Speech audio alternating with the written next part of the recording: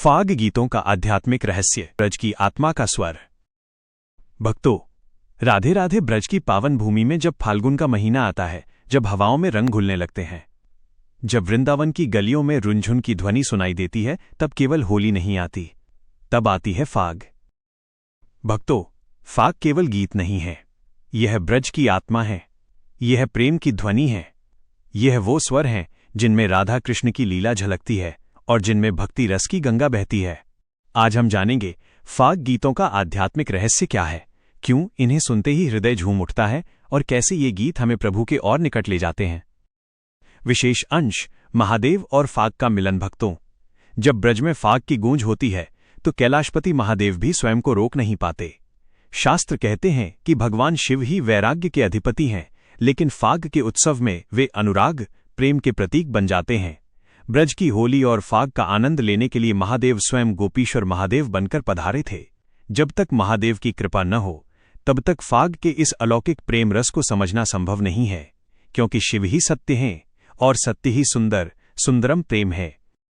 अध्याय 1, फाग का उद्गम, ब्रज की धड़कन। भक्तों, फाग शब्द फाल्गुन से निकला है।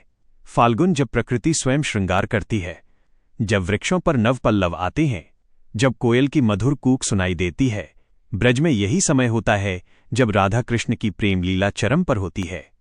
कहा जाता है, नंदगांव से बरसाना तक हर गली में ग्वालबाल गाते थे, अरी सखी आजू ब्रज में फाग खेलत श्याम। अध्याय 2, फाग और आध्यात्मिक ऊर्जा। आपने अनुभव किया होगा, जब कोई सच्चा फाग गाया जाता है तो शरीर में कंपन होता है, हृदय हल्का हो जाता है, आंखें नम हो जाती हैं।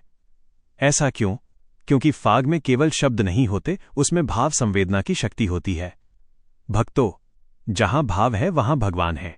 फाग गीत उस तरंग को जागृत करते हैं। वृंदावन में आज भी जब फाग गाया जाता है तो वृद्ध भी झूम उठते हैं, क्योंकि आत्मा पहचान लेती है, ये मेरा असली घर है।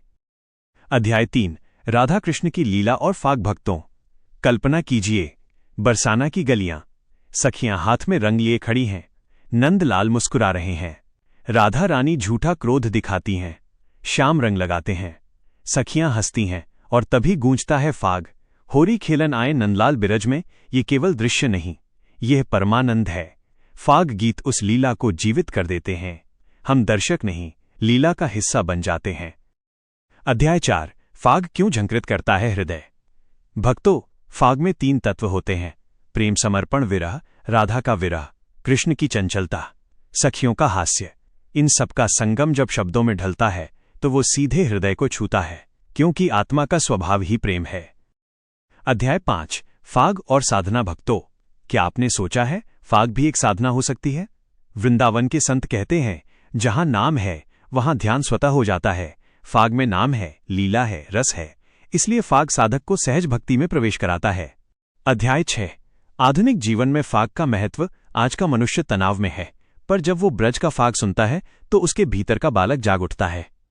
भक्तों, फाग हमें याद दिलाता है, जीवन केवल संघर्ष नहीं, एक लीला है, और जब हम जीवन को लीला मान लेते हैं तो दुख का भार हल्का हो जाता है।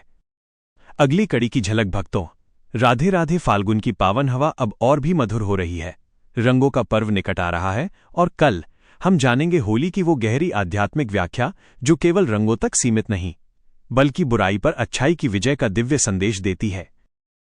भक्तों, क्या होलिका दहन केवल एक परंपरा है, या ये हमारे भीतर के अहंकार, क्रोध और ईर्ष्या को महादेव की क्रोधाग्नि की तरह जलाकर भस्म करने का संकेत है?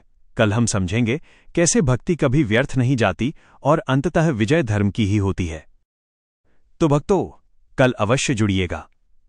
भक्तों, यदि आज फाग के इस दिव्य रहस्य ने आपके हृदय को स्पर्श किया हो तो कमेंट में राधे राधे और हर हर महादेव अवश्य लिखें। वीडियो को लाइक करें, चैनल महादेव की कृपा को सब्सक्राइब करें और इस कथा को अन्य भक्तों तक पहुंचाएं। राधे राधे। जय श्री कृष्ण। हर हर महादेव।